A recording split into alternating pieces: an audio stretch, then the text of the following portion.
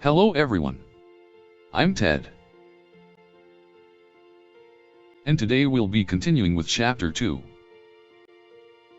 HR Policies and Evolution of HRM. Let's start.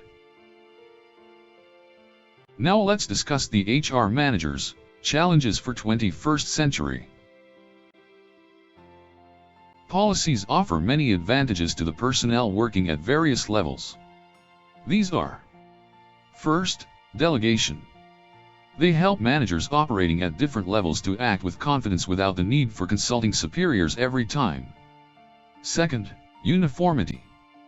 They increase the chances of different people at different levels of the organization making similar choices, when independently facing similar situations. They make the actions of organizational members more consistent. Third, better control.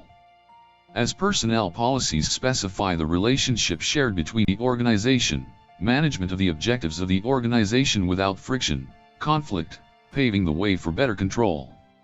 Fourth, standards of efficiency. Policies can also serve as standards in the execution of work. They enable the management to see if they have been translated into action by various groups in the organization or not. In the light of the actual performance, existing policies may be subjected to amendment/refinement. Fifth, confidence. Policies make the employees aware of where they stand in the organization and create confidence in them while confronting routine and recurring problems. They reduce chances of misinterpretation, misrepresentation, and friction. Sixth, speedy decisions. Policies can speed up decision-making by providing a blanket framework within which personnel decisions can be made. They summarize past experience. Seventh, coordinating devices. HR policies help in achieving coordination. If organizational members are guided by the same policies, they can predict more accurately the actions and decisions of others. They ensure a steady course of action and prevent unwarranted deviations from planned operations. Moving next, we have, and now let's discuss the obstacles in administering HR policies. Factors which obstruct the implementation of HR policies are: many times managers are reluctant to follow policy guidelines, for they restrict the scope of managerial work and curtail executive freedom. Often conflicts erupt between implied and expressed policy statements, especially on employment matters. For example, a policy of promoting employees on the basis of merit only may be sabotaged by unscrupulous managers by promoting yes men. HR policies demand constant revision, modification, and restricting. However, they are characterized by considerable inertia. Once established, they persist and become unalterable. In the absence of review and appraisal, it would be difficult to break the cycle and effect a desirable policy change. HR policies are not easy to communicate. From the time policies are initiated to the time they are used, there is always the danger of falling into generalities and pleasantries. Since policies grant freedom to managers as to what is to be done in a particular situation, there is always the danger of some managers strictly adhering to the policy rhetoric and others deviating from the path excessively.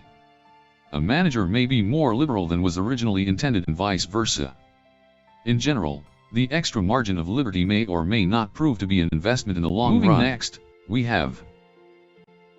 Now let's discuss the HR managers, challenges for 21st century. Characteristics of a sound HR policy. First, related to objectives. Policies must be capable of relating objectives to functions, physical factors and company personnel. Second, easy to understand.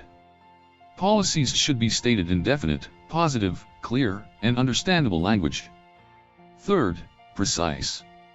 Policies should be sufficiently comprehensive and prescribe limits and yardsticks for future action. Fourth, stable as well as flexible. HR policies should be stable enough to assure people that there will not be drastic overnight changes. They should be flexible enough to keep the organization in tune with the times. 5. Based on facts. HR policies should be built on the basis of facts and sound judgment and not on personal feelings or opportunistic decisions. 6th, appropriate number. There should be as many personnel policies as necessary to cover conditions that can be anticipated, but not so many that they become confusing or meaningless. 7th, just, fair and equitable. Personnel policies should be just, fair and equitable to internal as well as external groups.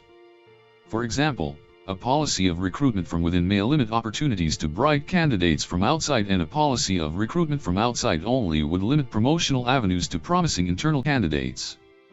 To ensure justice, it is necessary to pursue both the policies scrupulously and to apply them carefully. 8th, reasonable.